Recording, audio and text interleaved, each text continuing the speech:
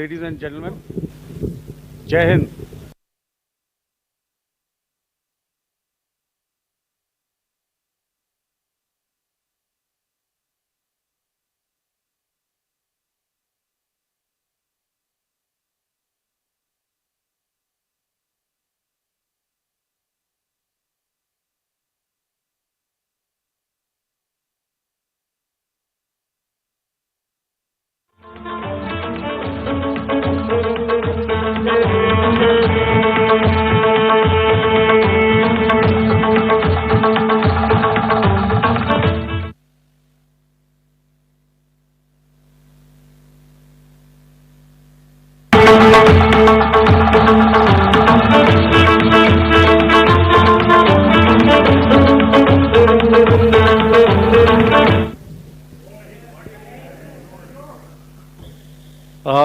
Welcome to this special press conference on Operation Sindoor.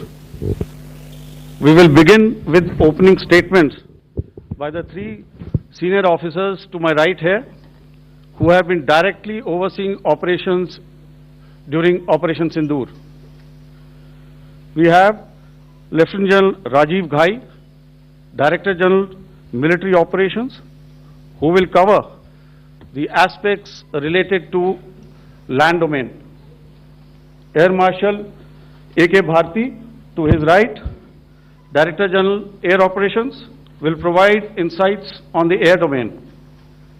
And to my right is Vice Admiral A.N. Pramod, Director General Naval Operations, who will cover aspects on maritime domain. Following their briefings, we will move on to the question answer session.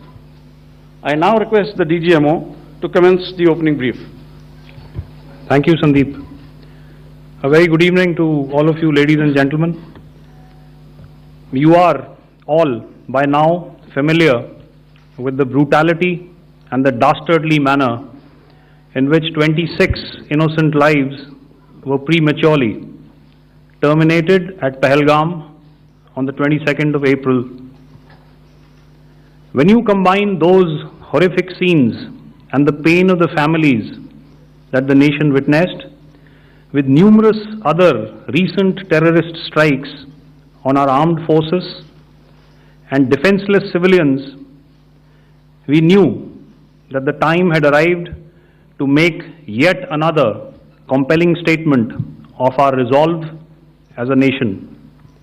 Operation Sindoor was conceptualized with a clear military aim to punish the perpetrators and planners of terror and to destroy their terror infrastructure.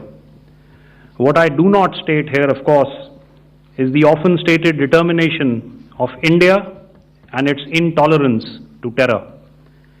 It set into motion a very diligent and microscopic scarring of the terror landscape across the borders and the identification of terror camps and training sites. The locations that emerged were numerous, but as we deliberated more, we realized that some of these terror hubs were now bereft of any presence and had preemptively been vacated, fearing retribution from us. There was also a term of reference and our own binding, self-imposed restriction to target only terrorists and thus prevent collateral damage. There were 9 camps that you are now all familiar with, which were confirmed by our various intelligence agencies to be inhabited. Some of these were in POJK, while there were others that were located in the Punjab province in Pakistan. Nefarious places such as Muridke, the hub center of the Lashkar-e-Taiba, has over the years bred infamous characters such as Ajmal Kasab and the likes of David Headley.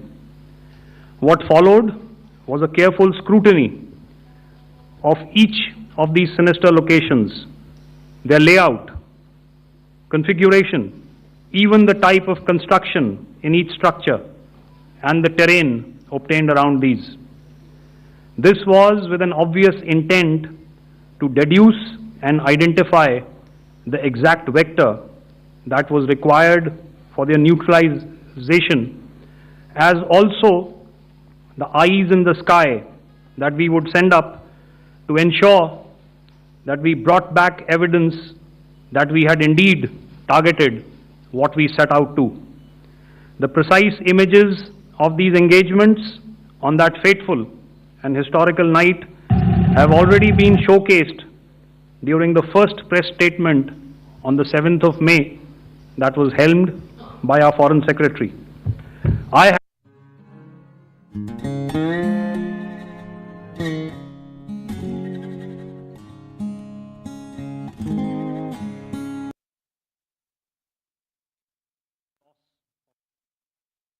The Indian Air Force played a major part in these strikes by engaging some of these camps, and the Indian Navy provided wherewithal in terms of precision munitions. The Indian Air Force obviously had their assets up in the sky, and I will here request Air Marshal Bharti, the Director General of Air Operations, to detail for you the methodology that the men in blue adopted to successfully manifest this mission. Thank you, Rajiv. A very good evening, ladies and gentlemen. It indeed is a difficult time that we have to come here like this and brief you. We could have done without this, but we had no choice. As the DGMO has detailed, the event was precipitated by the dastardly act at Pahalgam. The sequence of events have already been detailed. We carefully selected the targets, and out of the 9 selected targets, the target systems that were given to the Indian Air Force were the notorious training camps at Bhavalpur and Muridke, these being further from the international boundary. Through critical target system analysis, we analyzed what was to be done to annihilate these targets and plan to engage these targets with precision air-to-surface guided munitions so as to avoid collateral damage.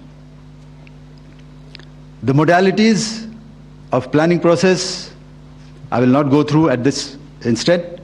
However, what I would like to show you is the results that we achieved through our targeted airstrikes. Could I have the second slide, please?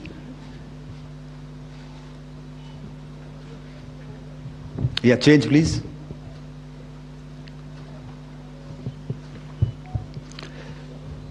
Okay. This is what the terror infra at Muridke looks like. If you see, north is as indicated, and to the right is east, where the international boundary lies. Could we have the next slide, please?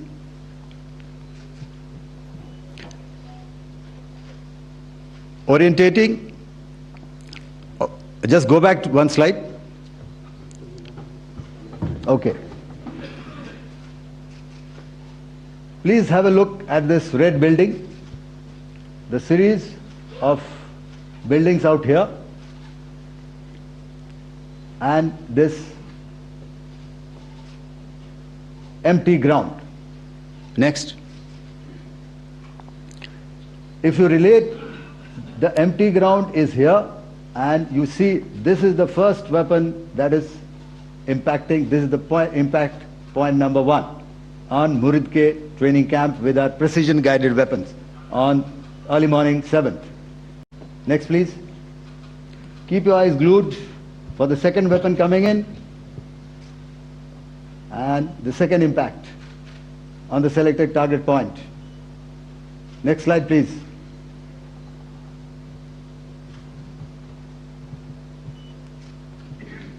third weapon, third impact. Continue. And fourth weapon, fourth impact. So through these targeted and precision targeting, we addressed the target at Murid Cave, which was the terrain infrastructure. Can you hear me? All right. Okay, I'll come closer to the mic. Now we go to the next target, which is the Bhavalpur training camp. Next slide, please. Okay, just wait. So the effect, if you see, the impact point, if I can point out, this is the impact point. The ammunition has gone through the roof and it has created a blast inside, the photographs of which you would have, all of you would have seen. And the red building, after that there was this double-story building. It has been completely decimated by precision targeting. Next, please. The target system, which was in the north, a series of buildings. I will show you how it looked. Next. Completely destroyed by our precision targeting. Next. Now coming to Bhavalpur, this is the target complex that we are dealing with, a fairly large target complex. So we had to carefully choose the points that we needed to address, which were high value and which would meet our stated objectives of eliminating the terrorists. I would like to draw your attention to this red canopy, and in relation to that I would cover the targets. One target system is a series of buildings here, other one here, and other one out here. Next slide, please. This is how it looked before, and this is how the building looked after the impact of the weapon, and orientation in relation to this red canopy you can see here. Next, please. Before, next, and after. The roofs have completely collapsed. Next. This is the target system. Next. Precision targeting, and we have achieved our objectives here. Next. All right, so that was what we did on the 7th. Our objective was to address these two terrorist camps, and that we did with precision. And thereafter, we maintained a robust air defense posture, because remember, our objective was to target the terrorists and terrorist infrastructure, not any other infrastructure, not the Pakistani military, not the Pakistani any other infrastructure. So that is what we have maintained on the 7th of May. However, what we saw in the evening of 7th of May, we were saturated with a raid of Pakistani unmanned aerial vehicles and small drones. And these came in waves in our civilian areas, over our military installations, and all of them were successfully intercepted. Few of them did manage to land. However, there was not much damage that they did. And we have our robust counter-US hard kill and soft kill systems which did the job. However, the difference here was that we had targeted the terrorists. The adversary now has targeted our civilians and the military infrastructure. So it had to be responded to. So in a quick and calibrated response, that very night, we struck their radar installations at Lahore and close to Gujranwala, the LYT installation, to indicate to him that we are ready, yet we do not want to escalate. Our fight was with the terrorists and not with the Pakistani military establishment. Thank you. Thank you, Air Marshal Bharti. So, ladies and gentlemen, he's outlined operations not only on the night of 6th and 7th of May, when Operation Sindoor commenced, but also on the subsequent night. Being well aware and familiar with the congenital and impulsive nature of our adversary, and even though we did attempt to reach out and communicate our compulsions to strike at the heart of terror to my counterpart in the immediate wake of Operation Sindoor, the request was brusquely turned down, with an intimation that a severe response was inevitable and in the offing. We were, of course, prepared. Operations on the 7th and the 8th, Air Marshal Bharti spoken about. On the night of 8th and 9th of May, they flew drones and aircrafts into our airspace all across the borders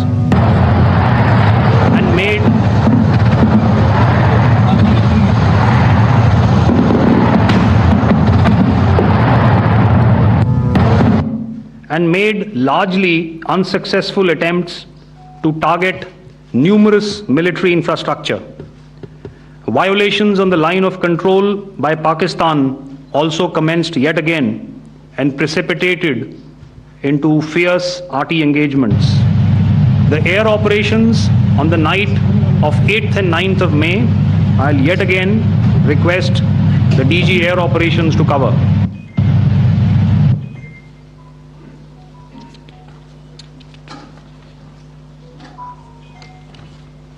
So I just covered what happened on the night of 7th and 8th.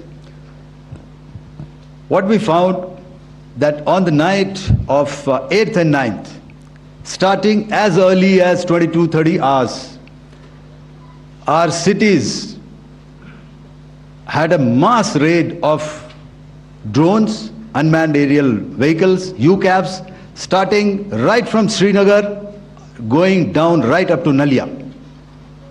It was a mass raid in waves, and it was relentless.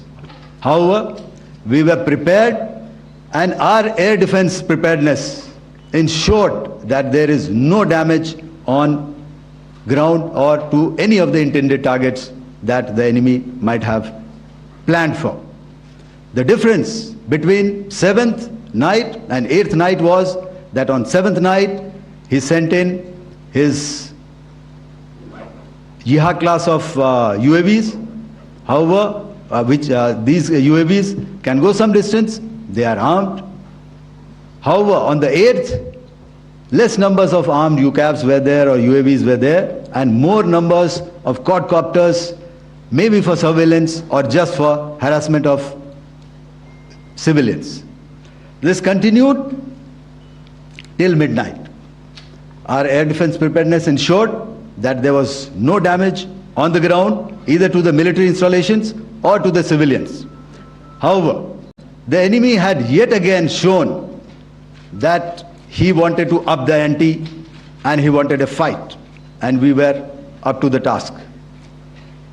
In a measured and calibrated response, we once again targeted his military installations, which included his SAM sites at Malirkant. This also included his surveillance radar sites at Lahore and close to Gujranwala. These were suitably addressed, and thereafter his drone attacks continued even till morning, which we countered, and during the daytime there was some respite. Here I would like to bring out another aspect. What we found was that while the drone attacks were being launched from somewhere close to Lahore, enemy had allowed his civilian aircraft to also continue to fly out of Lahore. Not only his own aircraft, but international passenger aircraft, which is quite insensitive, and we had to exercise extreme caution, even at the cost of some tactical disadvantage, to ensure that there is no damage to any of the civilian aircraft. And this was also brought out in our press briefing during the day. So I will now hand over to my colleague to cover the events of 9th onwards. On land, we also undertook certain measures such as deployment of air defense and electronic warfare assets to establish an integrated grid with the Indian Air Force, and I have seen and heard some of you wax eloquent about the benefits of such an architecture when it comes to negating and combating air intrusions. We also carried out deployment to include movement of our forces in the land, sea, and air domains.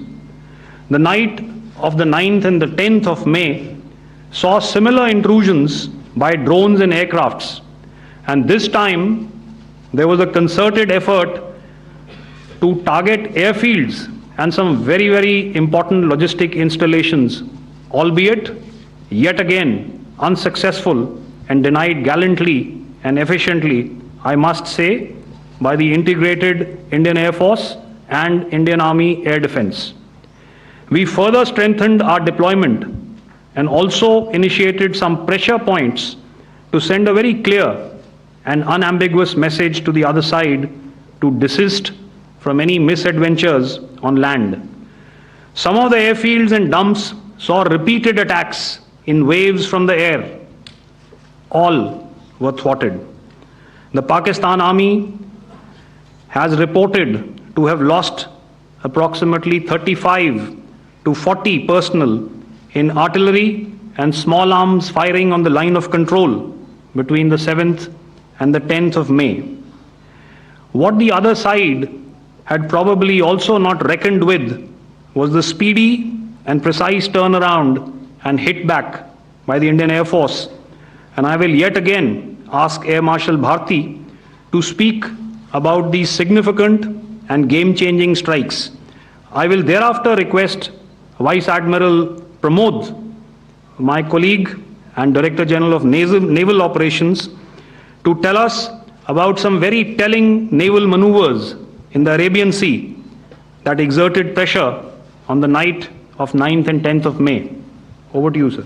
Thank you.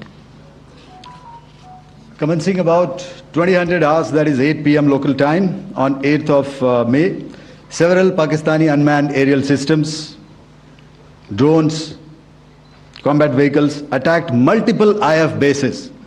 These included Jammu, Udhampur, Pathankot, Amritsar, Bhatinda, Nal, Dalhousie, Thois, Jaisalmer, Uttarlai, Falodi, Nalia. These were almost simultaneous and they came in waves.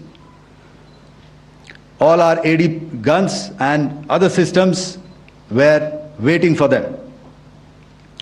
All these waves were neutralized by our trained crew using the air defense systems that they have, and also some of them were utilized using our legacy systems like Pechoras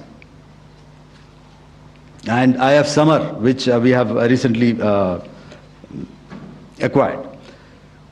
And some were neutralized by the Garud snipers. There was no damage on ground from these incursions and these mass raids, if I could call them, from the Pakistani side. However, following these relentless attacks on our air bases, on our forward positions, and on our civilian targets, this was time to convey some message to our adversaries. And therefore, a decision was taken to strike where it would hurt. And towards that, in a swift, coordinated, calibrated attack, we struck his air bases, command centers, military infrastructure, air defense systems across the entire Western Front. The bases we struck includes Chaklala, Rafiki, and mind you, Chaklala is Islamabad. Rahimyar Khan, Sucker, sending a clear message that aggression will not be tolerated. This was followed by strikes at Sargoda, Bholari, Jacobabad. We also struck the C2 centers at Murid, the UAE complex at Murid, Rafiki, radar at Chunia, which I will show you, Rahimyar Khan airfield, and the unmanned combat aerial vehicle hangar at Sucker. I would like to reiterate here that we have the capability to target every system at these bases and more. However, it was only a measured response to instill good wisdom to our adversary to refrain from further escalation.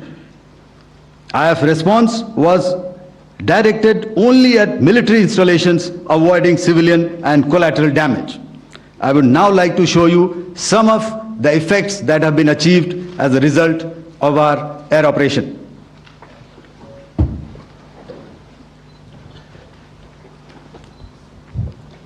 Here is the Pasrur air defense system, if you could see.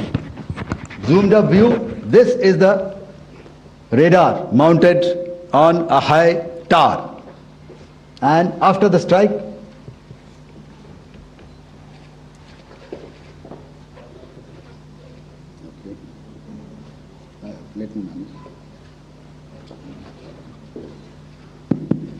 Thank you. Can you hear me? Yeah, thank you. And after the strike, this is what has happened. This radar has been taken out, completely burnt. Next slide, please. The Chunia air defense radar, which was taken out on 7th and 8th. This is the radar site.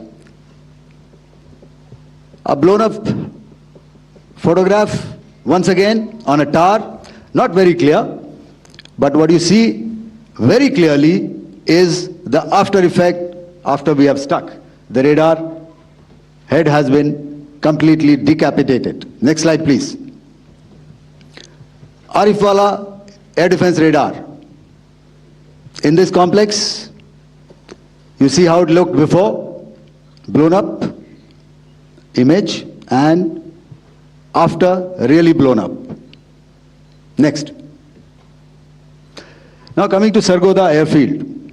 Remember, this is one of their important airfields wherein they have a lot of assets, F-16s, other assets which they keep getting, training institutes. And we have stuck this airfield. It is not, if you zoom in here, then one impact point here on the runway and second impact point of our weapon, precision weapon on the runway. And if you see this blown up repairing going on, same here. Next. Rahimyar Khan. This is the area we have stuck. A deep strike out here and one complex here. So this is how it looked before, and the same, you see a big crater, another crater here, and this complex after strike neutralized. Next. Chaklala airfield, Noor Khan, once again a major air base, a lot of their logistic assets out here. This was the chosen complex that we intended to strike and convey a message. Next slide, please. This is how it looked before, and this is how it looked after our strike. Next. Sucker. We chose the radar site at Sucker. This is the radar site, and after it was struck, this is the aftermath, completely burnt out. Next, please. Aircraft shelter.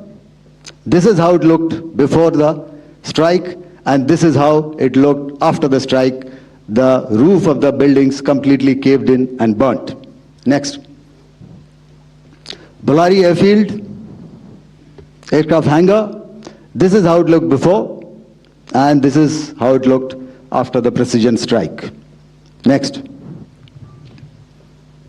Jacobabad aircraft hangar, and this is how it looked after.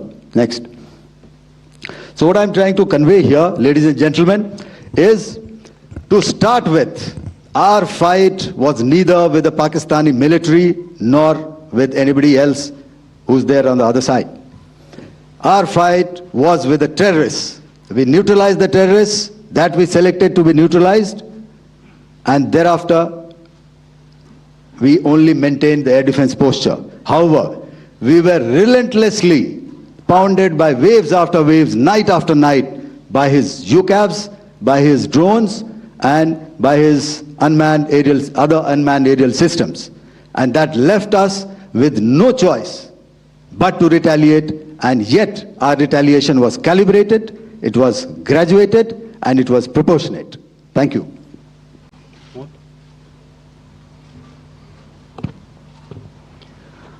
Good evening, ladies and gentlemen. In the aftermath of the cowardly attacks on innocent tourists at Pahalgam in Jammu and Kashmir by Pakistani-sponsored terrorists on 22nd April, the Indian Navy's Carrier Battle Group, surface forces, submarines and aviation assets were immediately deployed at sea with full combat readiness in concert with the joint operation plan of the Indian Defence Forces.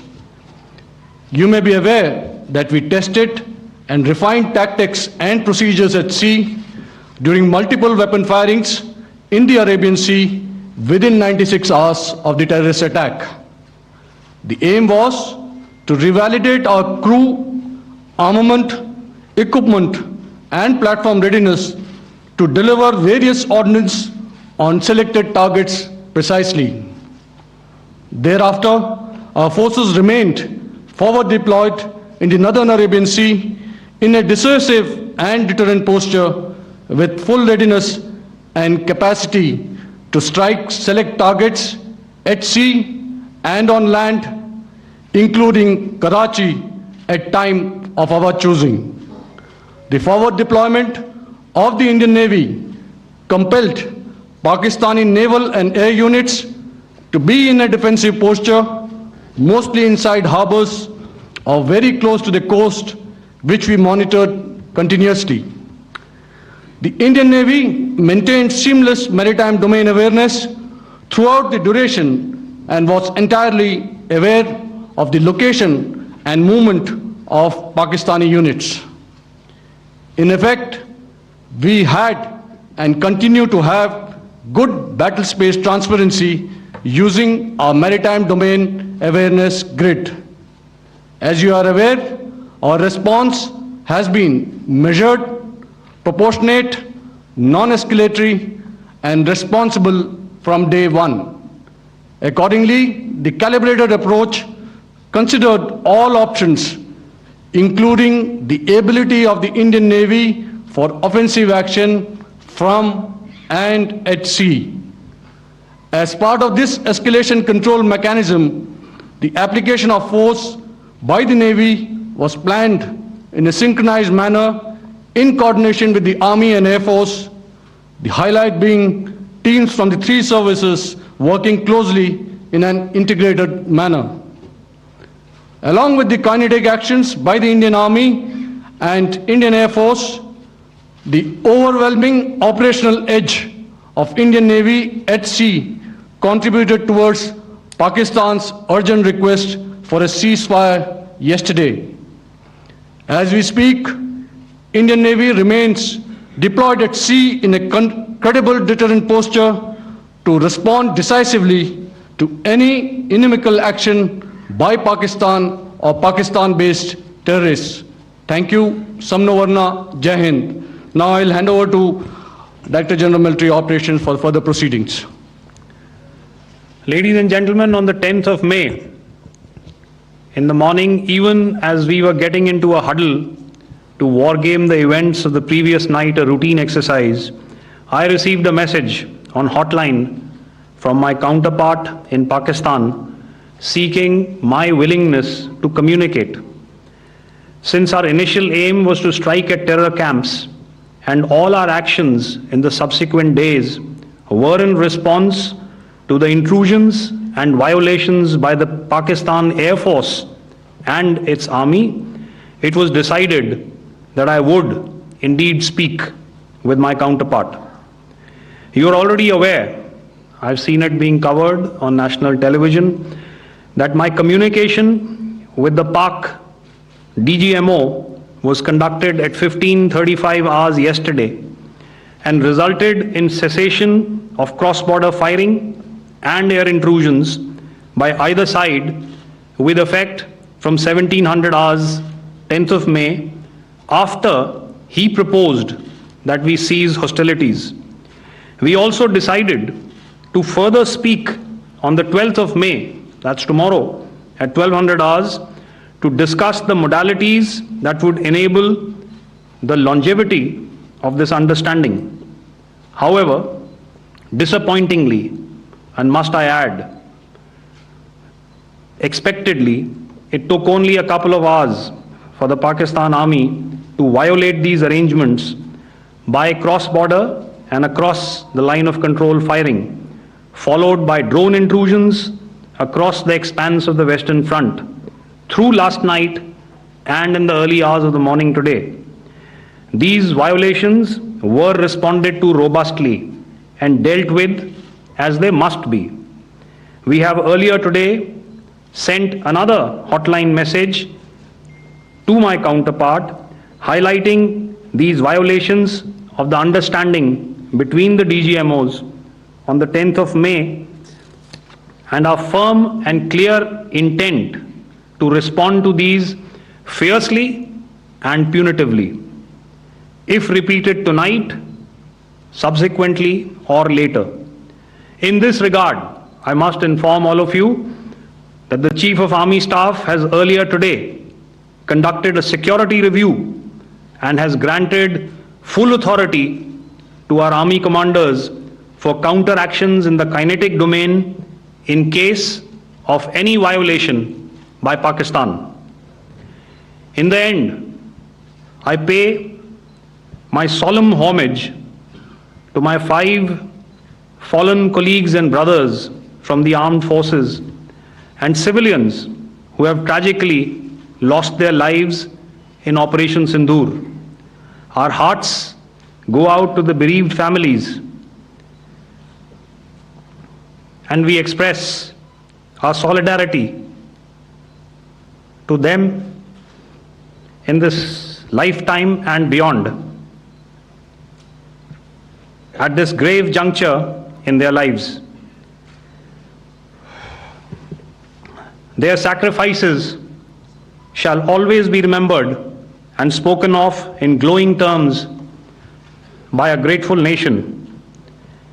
We have thus far, ladies and gentlemen, exercised, and my colleague Pramod highlighted this, immense restraint, and our actions have been focused, measured, and non-escalatory. However, any threat to the sovereignty, territorial integrity, and safety of our citizens will be met with decisive force. Jai Hind. Okay, ladies and gentlemen, we are now open for questions. All right, now since I would not know all of you, I would expect you to please raise the placard or your hand, and once I indicate, I expect you to please give out your name and the media group that you belong to. Keep your questions short so that we can take as many questions as possible. Also, ladies and gentlemen, kindly bear in mind that confidential aspects may not be answered by the 3 DGMOs. Right. I've got a lot of hands there. Let me start from the left. Left foot always in front when we start marching. So here we have to the left, okay. Yeah, 238. Hello. So this is Manas Pratimhuyan from PTI, Press Trust of India. So the understanding that was reached yesterday on stopping the military operations and actions, was it for just 3 days? And what would be the cost escalation if there is violation of this understanding by the Pakistani side? And my subsequent question would be that we have a kind of ceasefire agreement with Pakistan that was finalized in 2003. So will there be some kind of similarities in frameworks between the two kind of understandings, 2003 ceasefire agreement and the current understanding on stopping military operations?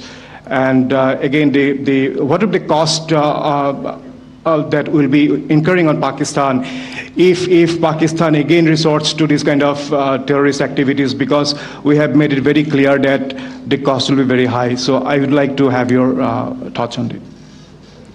Okay, so I'll answer the latter part of the question first.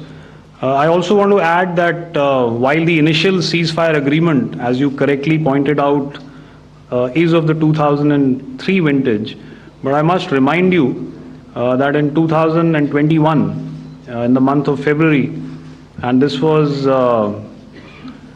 then when the crisis in eastern Ladakh was also on, the two DGMOs had spoken and arrived at a ceasefire understanding that lasted right up until this unfortunate attack at Pahalgam. Once our Foreign Secretary had announced the decisions of the CCS in the immediate wake of that attack, he had announced certain measures, and then of course Pakistan had in turn made its own announcements. Since then, there have been certain violations of this ceasefire understanding, and of course after the 7th of May, like I pointed out during my statement, that there have been numerous violations on the line of control especially, and of course along the international boundary by the Pakistan Army and the Pakistan Air Force. This understanding that we spoke about yesterday, no, it was not for 3 days. It was first to stop aggressive and hostile activities immediately, let that order and direction settle down for about 36 hours, and thereafter discuss modalities, like I said, to ensure its longevity. That is tomorrow on the 12th of May. But unfortunately, we had a violation starting at approximately 1900 hours last night, and we've sent a communique, like I said, to the Pakistan Military Operations Directorate, and we will await as to what happens tonight. All right. The cost escalation, I'll leave it to your best imagination. I've already said that the response will be fierce and punitive. Now, the right foot forward. Yeah. 160.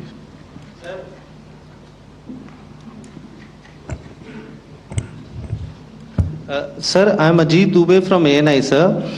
Sir, my question is that you talked about the loss of lives to the Pakistan army, that was around 35 to 40 kills secured by the Indian army. Sir, can you tell us what would be the total loss of life to the Pakistan army in both army and air force attacks, sir? And how good was the performance of the BrahMos, Scalp and the S-400 during the operations? And sir, since we have sir, just one line. No multiple questions, please. Sir, all right. And since sir, we have achieved such a spectacular, we have made good achievements in this entire operation, can we say that we have emerged victorious, or we have a big upper hand over the Pakistanis in this entire conflict? Thank you very much, sir. So I'll answer the question about the loss of lives on the other side. Of course, there are various means to ascertain that number. There is information from various agencies that come in. There are, of course, on the line of control, other ways to find out as to what has been the effect of what you are doing there in ceasefire violations. So therefore, I mentioned 35 to 40 on the line of control, and please remember that once Operation Sindoor was launched, the responses of the Pakistan Army were also on Indian Army or the Indian Armed Forces infrastructure. Let me put it that way. So that's why I did not cover casualties of the Pakistan Army, at least in the initial phases of battle, because those were not our targets. Our targets were terror oriented, and of course later, once they launched air intrusions and air operations on our infrastructure, we've used heavier weapons, and of course there would have been casualties, but those are still being assessed. The effects of the weapons that you mentioned, I will request Air Marshal Bharti to apprise all of you about those. Good evening, Mr. Sujit. How are you? Ajit. Okay, we're meeting after some time. I never mentioned about any of the weapons that we used. Check. Okay.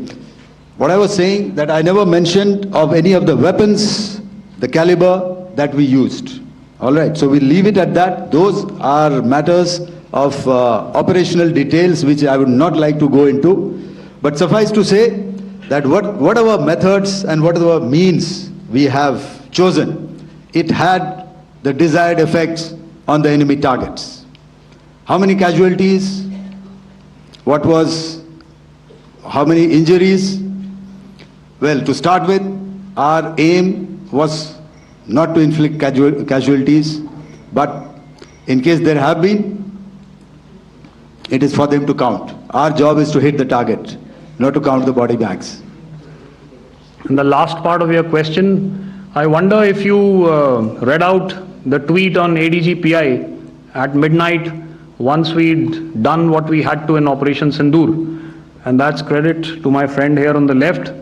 Justice has been served, Ajit. That is all that I will say. Ajit, I'll request you to, refrain putting words into his mouth. All right. I'll come back to the left. 147. Sorry, 47. No, 47. Did I see it here or? Yeah. Good evening, gentlemen. Sorry, 147, I saw it there. Sorry. Okay. Yeah. Since I've already said, 147, start please. Hi sir, good evening. This is Shivam Patel from Reuters News Agency. Thank you for giving me the opportunity. My question, sir, is how many military targets did Indian Armed Forces strike in Pakistan in response to the attacks from Pakistan? How were these targets selected? And how many troop casualties have been there in total on both sides, if you can give details? Thank you. I'm sorry, where are you? I haven't spotted his... He's to the right side. Can you just repeat that for me, please? Sure, sir. So my name is Shivam Patel. I'm from Reuters News Agency. My question is, how many military targets in total did the Indian Armed Forces strike in Pakistan in response to the attack from Pakistan? How were these targets selected? And how many troop casualties have been there on both sides, if you can? So you're speaking of the targets that I mentioned in the wake of the attack at Pahalgam, right? Military targets, after in response.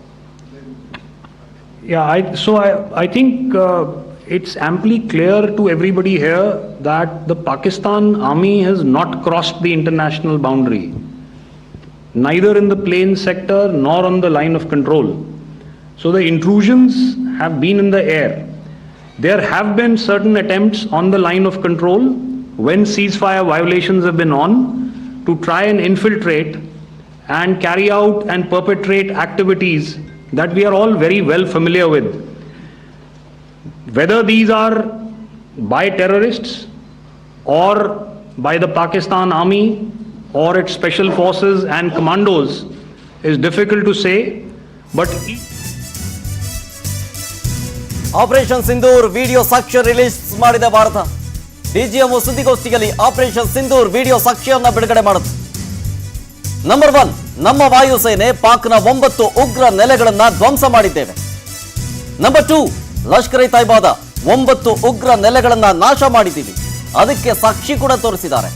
ಉಗ್ರ ಮುದಾಸೀರ್, ಅಬ್ದುಲ್ ಮಲೈಕ್, ಅಹಮದ್ನನ್ನ ನಾವು ಕೊಂದಿದ್ದೀವಿ. Number 4, operation Sindoor ಮೂಲಕ 100ಕ್ಕೂ ಹೆಚ್ಚು ಉಗ್ರರನ್ನ ನಾವು ಕೊಂದಿದ್ದೀವಿ.